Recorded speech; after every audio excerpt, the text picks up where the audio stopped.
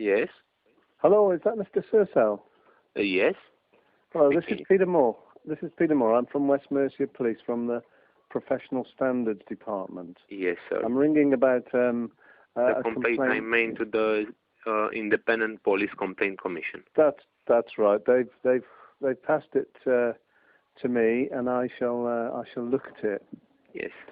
So I just wanted to introduce myself and just to explain what my role is, if that's okay. Yes.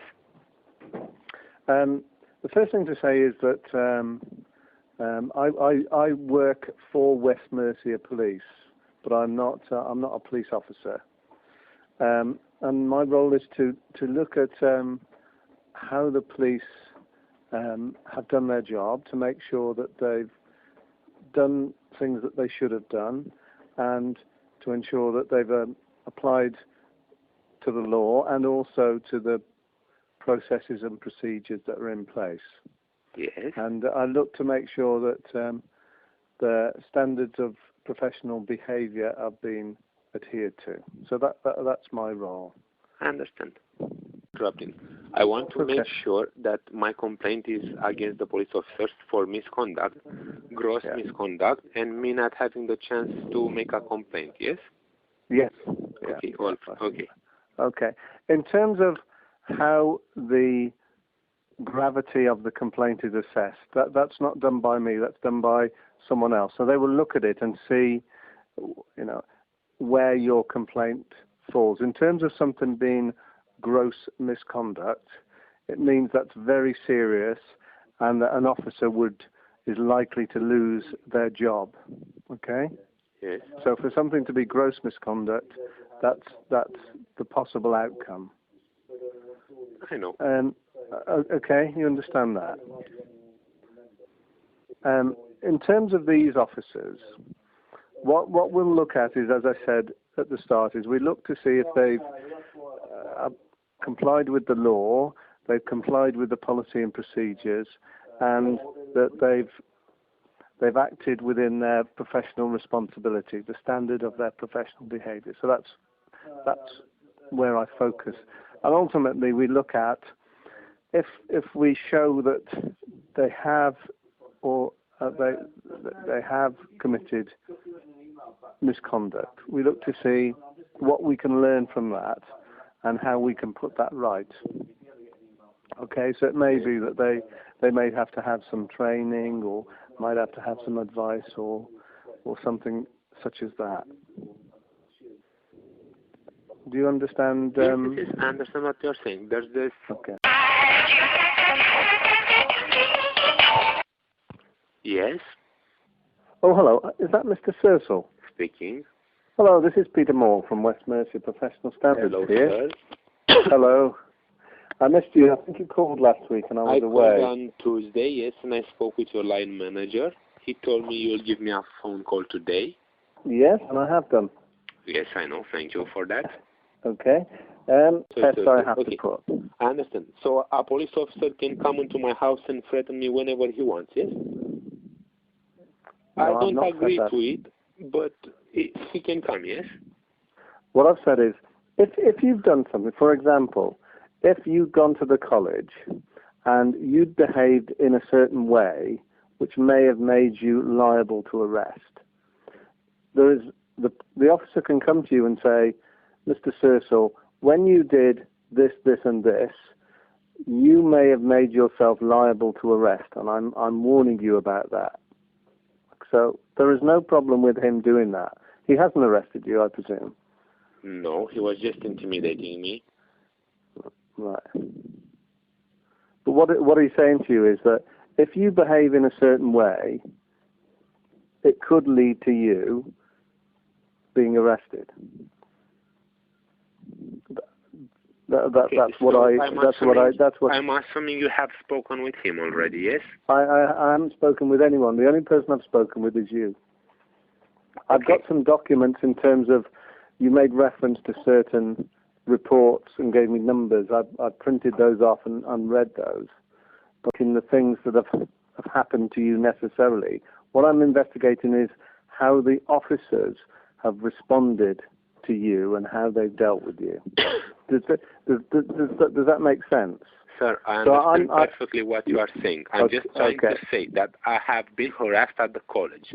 I have dialed 112. The police was supposed to come, take a statement from me, and then go and take actions against the harassers. What have the police done? They came and harassed me in my house.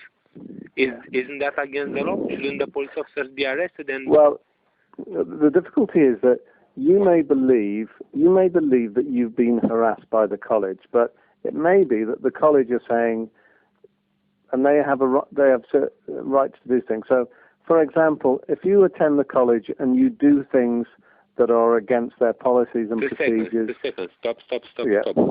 Royly, explain me, PC302 Royly, explain me that I have been suspended because I've made complaint against the staff. That is a human right I have. I have made complaint against the staff, I have contacted the press, and I have looked on people's Facebook. Right. Since when are those actions, illegal actions, that you can be removed from the college for? Well, that's ultimately a matter for the college. The college have a right to allow or not whoever they want into the college. No, they don't have, sir. We're talking about the Education Act. You don't necessarily have a... If you do things in a certain way and the college don't agree with it, they may have a right to exclude you from that college. If my child, for example, goes to school and behaves in a certain way at that school that are against their procedures and against their principles, they can exclude my child. You are unaware that we all have human rights in different ways. I'm not unaware of that at all. No, okay. I'm perfectly aware. I understand.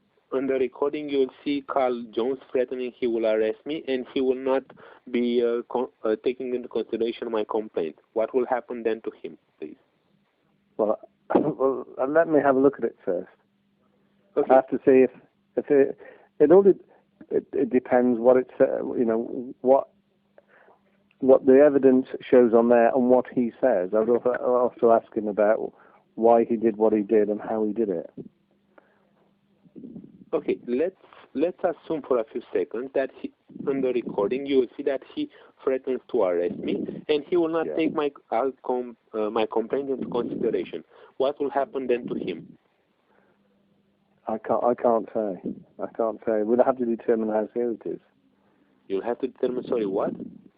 We'll have to determine how serious it is. So, first of all, we have to, in terms of what he's done. Yes. So for example, if he makes a decision that he believes your behaviour, previous behaviour at the college, would leave you liable to arrest, we'd have to determine what information he was considering to come to that decision, and whether that actually fits within the law, and whether there would have been a power for you to be arrested.